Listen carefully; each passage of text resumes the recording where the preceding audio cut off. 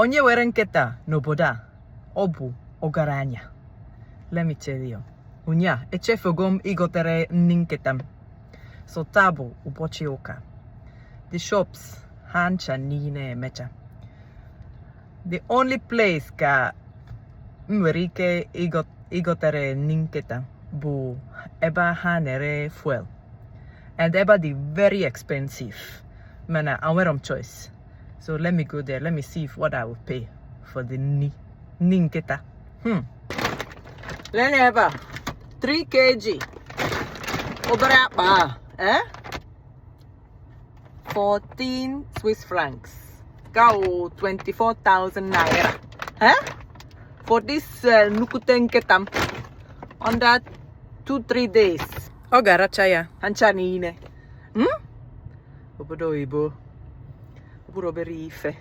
Onye nwere nkita ji ego, ji nnukwu ego.